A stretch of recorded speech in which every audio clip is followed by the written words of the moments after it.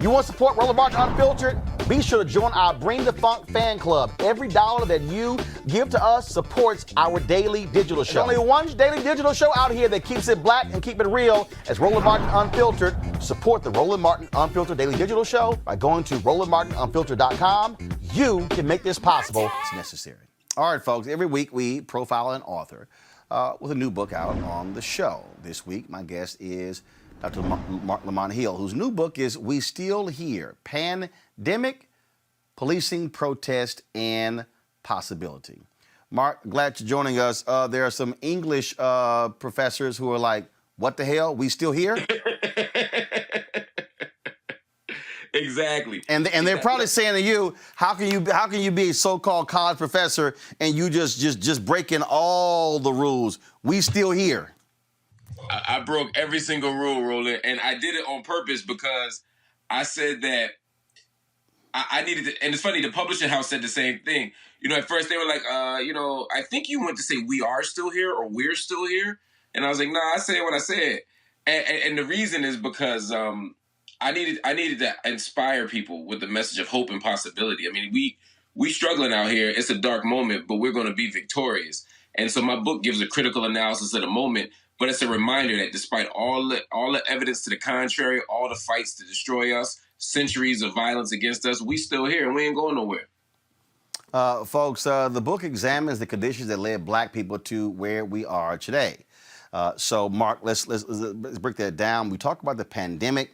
We talk about, again, with protests as well and where folks are. Now you also have folks on the Democratic side who say, that this notion of defund the police cost them the seats of purple district Democrats, if you will.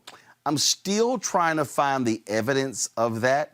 Because I personally think that that probably would also happen here is that Democrats were banking on polling too much and not listening to the ground and not understanding that there was going to be a groundswell of support for Trump because he is, for many people, the last bastion or the last hope of white supremacy.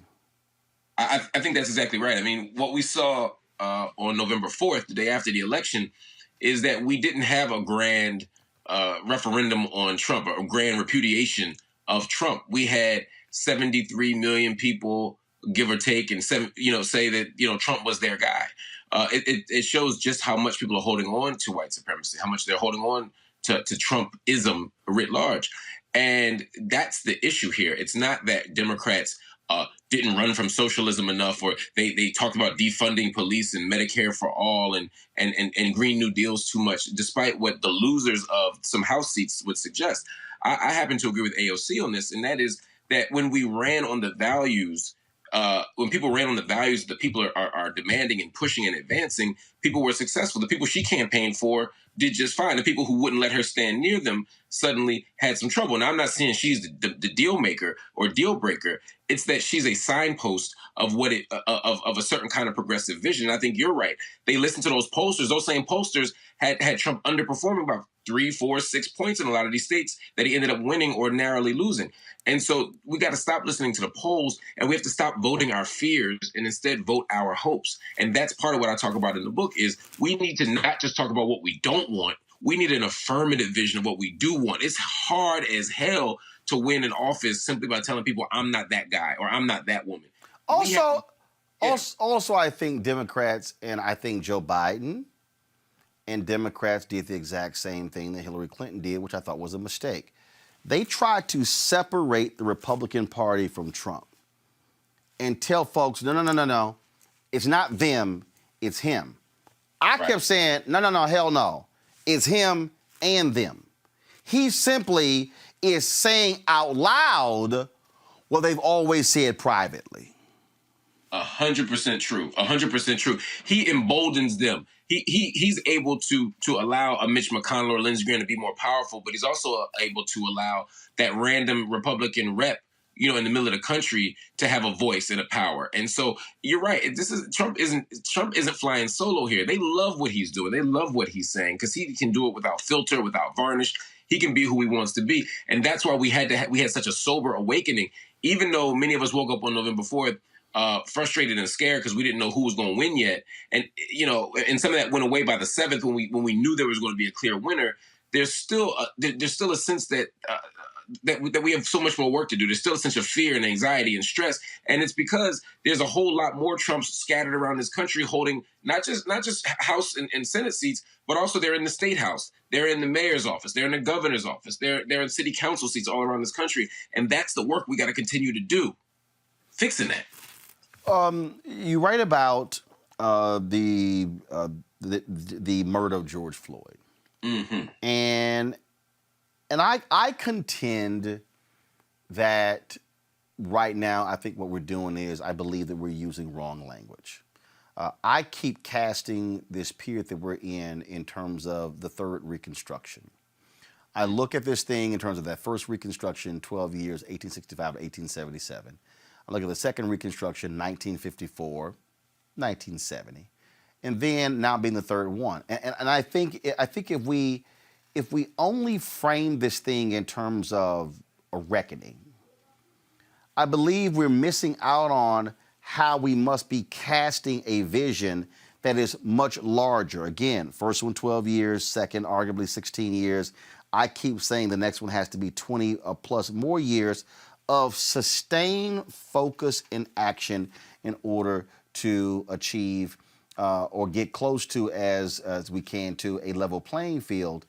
If we play the game of the reckoning, then that to me that's short term. That's a few months. That's a year. No. I think we have to be saying no, y'all, no. We talking about large, major, huge, substantive. The first Reconstruction, 13, 14, 15th Amendments. Second Reconstruction, Civil Rights Act of 64, Voting Rights Act of 65, Fair Housing Act of 68. I'm talking about it has to be massive in that way. Your thoughts? I think you're absolutely right. Reckonings don't have budgets attached to them. They don't have court precedents attached to it. We need some substantive change, and across different spaces. I mean, part of what you just talked about in 1865 are these 13, 14, 15th Amendment decisions. So we're looking at legal changes. We're also looking at Supreme Court shifts, and we're looking at shifts in culture and practice. We're fundamentally reshaping how the American economy operates now that the exploited labor of enslaved Africans is no longer available.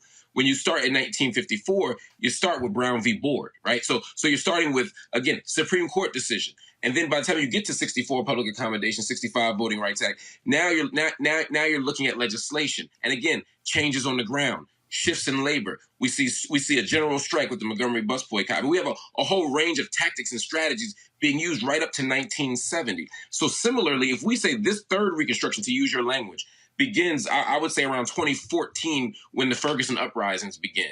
Again, action on the ground. In the same way that Emmett Till's action on the ground that begins in August of 1955. There are actions on the ground that spark this, but it's not enough to have actions on the ground. The action on the ground is then combined with some interesting electoral shifts, which is what we're beginning to see right now on November 3rd, but we got a long way to go. What the question now is, what's going to happen in the court? What's going to happen in terms of the structure of the economy? And because a big part of this Reconstruction is a conversation about law enforcement, what kind of reimagining and reconfiguration of policing can we imagine? Can we finally defund, or from my tradition, abolish policing in prisons? How do we get there? What kind of conversation do we have to have? What are we going to do about student debt? How can we fundamentally reorganize and reimagine? People right now are mad that we want to even take $10,000 off of people's student debt. I mean, these are the conversations we have to have, but I think you're right. The framing is the point, because at the end of this book and at the beginning of the book, I talk about radical imagination. I talk about the freedom dream. You can only change the world as much as you're able to imagine it. And in the same way that they said that we couldn't imagine a world without slavery because the economy was built on it, because it was our culture, because of scientific reasons they made up, because of medical reasons they made up, we had to imagine something different. In the same way they said the Voting Rights Act could never happen. In the same way they said that the first 14th Amendment decision around separate but equal could never be shifted to what we saw with Brown v. Board 1. The same way they thought all that stuff couldn't happen.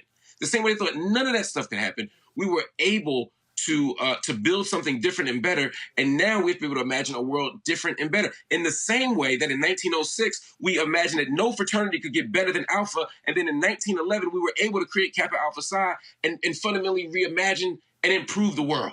You think what I'm saying, brother? Hell no.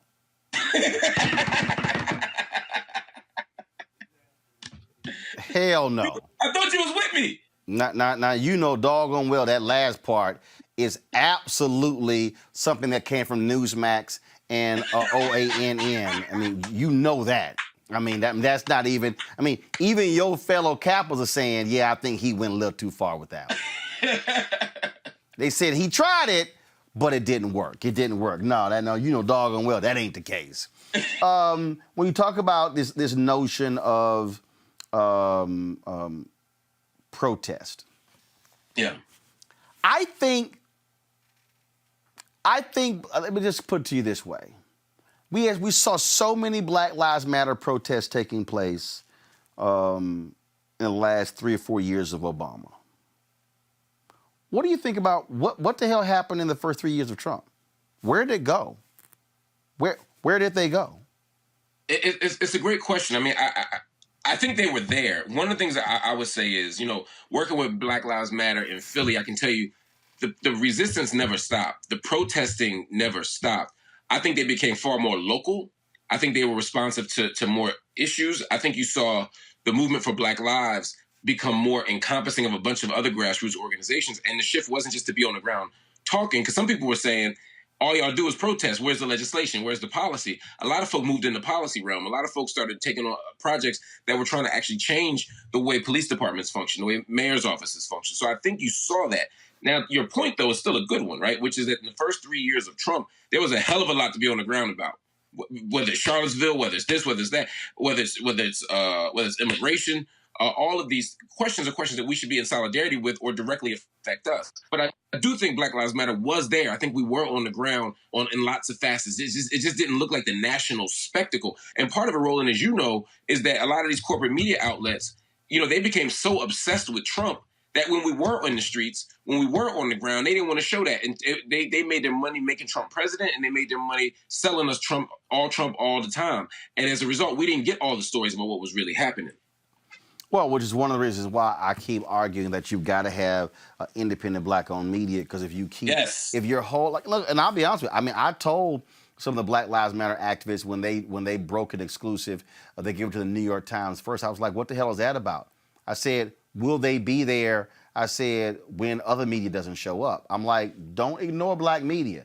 I said, because if you ignore your base, I said, when you need somebody there, I said, will they actually be there? On the whole notion of, we talk about the policing, and Teresa and Mustafa, I'm going to go to you next with questions for Marc Lamont Hill, and I surely expect Mustafa to have something very critical and smart to say, being that he is an alpha. So the thing on policing, we've seen the pushback with defund the police. But do you believe that the critics have been successful in flipping the narrative that no matter if you keep using it, it's not going to be effective? So, should they say versus defund the police? Should they use another phrase? Because the reality is, when you start looking at how things are being presented, and this is why I tell people all the time, Republicans understand messaging. They know how to flip the whole message around.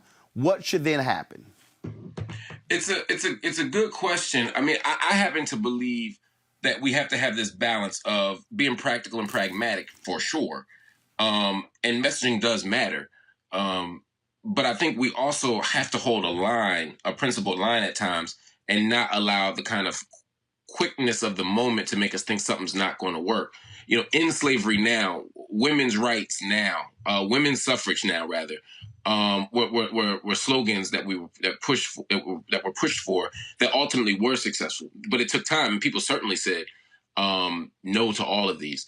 I think defunding police, I understand how it ruffles feathers, but I think part of the ruffling of the feathers is starting that conversation. It's making people say, why would we defund the police? And then we can have the conversation about how so many other elements of public life have been defunded. Education's defunded all the time. Healthcare is defunded all the time. Community of school lunches are defunded all the time, and so forth and so on. And so having that conversation, saying we want to take money from this place and place it in other places. Now, I understand you could say we could have a slogan, invest in this. And again, talking about what we want rather than what we don't want. But I think we need to have a critical conversation about the role that police play in our communities and in society. And I think we have to do it. Now, I'm all about strategy. I'm all about being tactical if we have to be. And as an abolitionist, that's what we've been doing for years. When President Obama, just to give you an example, ends on the federal level in 2016, ends a cash bail and calls for an end of privatization of prisons, at the federal level. Those are abolitionist moves, right? But President Obama didn't stand up and say, I'm abolishing prisons. And I'm not saying that even what he wants, but that was part of an abolitionist politics. We didn't have to name it that to get it done. So I'm okay with using tactics and not naming it as such, but I need the end goal to be this thing. And I think we're way too early in the game. Defunding has just become part of the public conversation in the last 6 months. I think it's too early to say that it won't work. I think it's too early to say that we need to change the conversation. As somebody who's been part of the abolitionist movement for 2 decades now, I'm watching too much growth, too much progress to give up just yet. Questions. I'll start with you, Teresa Lundy from Marc Lamont Hill. Thank you. Hey, Mark. Hey. Fellow Philly. So I think one of my questions is, and as you guys were talking, I was like, this is obviously in my realm of business. So I have to get this book and figure out what the possibilities actually look like. So I think, I'm always coming from the angle of what does the next generation, what the millennial generation could look like, because I think right now they're in this space of we're now protesting, we're on the front lines, we're getting little sound clips, we're starting our own businesses and we're looking great while we're doing it, but are we effective? So what does the possibilities look like in this age of error that you describe in your book? Yeah, I think there are a few possibilities. One, I think we can't foreclose on anything, right? It's too early to give up on anything. Some of the possibilities are in the voting booth. I mean, we just saw on November 3rd what a difference it makes when you got young people energized to come out and vote.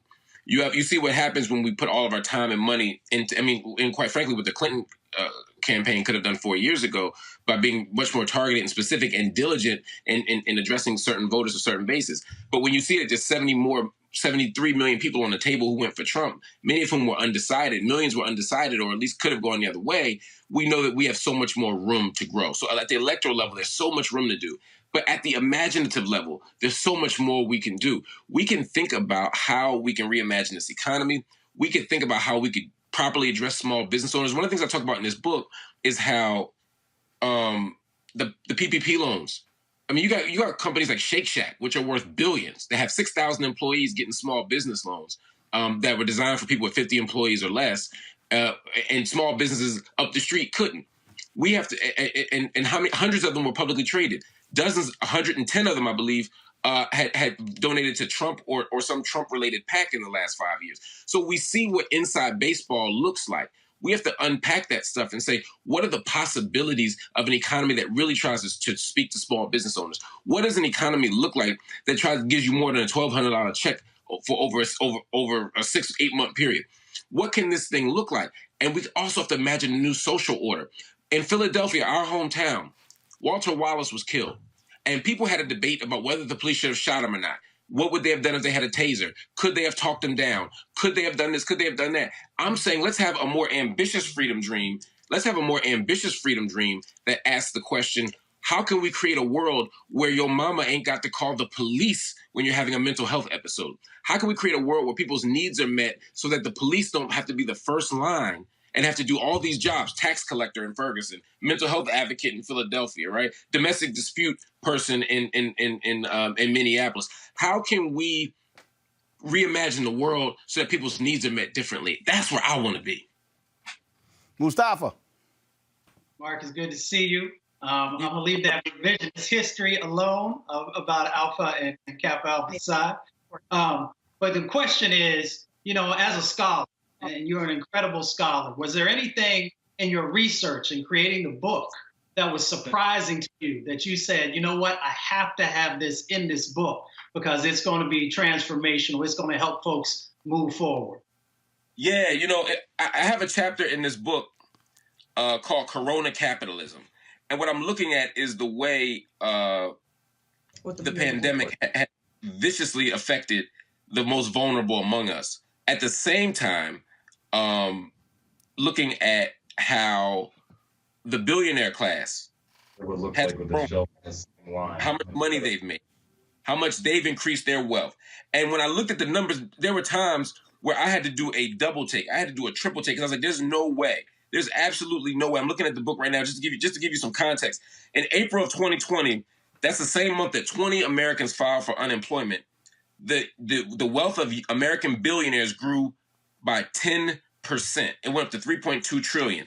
In June, when 42.6 million people had filed for unemployment in the previous 11 weeks, the U.S. billionaires, they got 20% richer, meaning that they added $565 billion to their collective wealth. And when you look at the Jeff Bezoses of the world, right, in the first quarter of 2020, his personal net worth went up by $24 billion. And you got to add how this happens, right? And so looking at the companies, looking at the individuals, I was shocked to see the gap. I knew the gap between the billionaire class and everyday people was big, but when I saw how much money was made off of Corona by everybody, except the people on the front lines of Tyson Foods who had to make that chicken to keep America fed, even though they were risking their lives getting coronavirus and didn't even get time off, didn't even get PPE, didn't get personal protective equipment. When I looked at the gap, I was stunned by it, man. I got to tell you, man, and I've been studying this for a long time, but I've never seen anything quite this disturbing.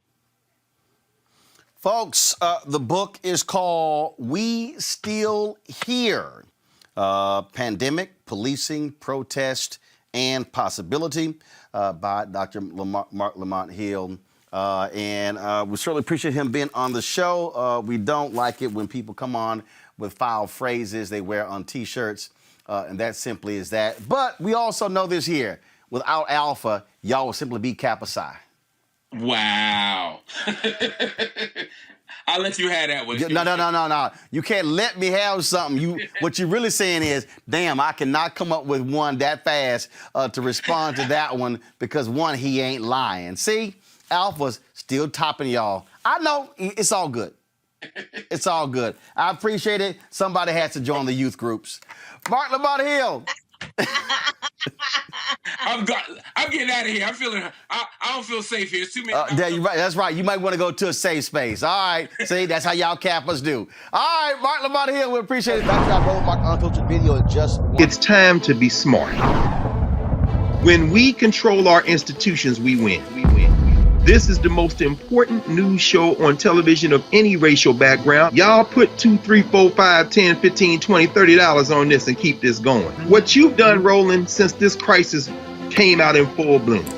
Anybody watching this, tell your friends. Go back and look at the last 2 weeks, especially of Roland Martin Unfiltered. I mean, hell, go back and look at the last 2 days. You've had sitting United States senators today, Klobuchar and Harris. Whatever you have, you can bring to Roland Martin Unfiltered to support it, please do, because this information may literally save your life. Watch Roland Martin Unfiltered daily at 6 p.m. Eastern on YouTube, Facebook, or Periscope, or go to RolandMartinUnfiltered.com. Support the Roland Martin Unfiltered Daily Digital Show by going to RolandMartinUnfiltered.com. Our goal is to get 20,000 of our fans contributing $50 each for the whole year. You can make this possible. RolandMartinUnfiltered.com.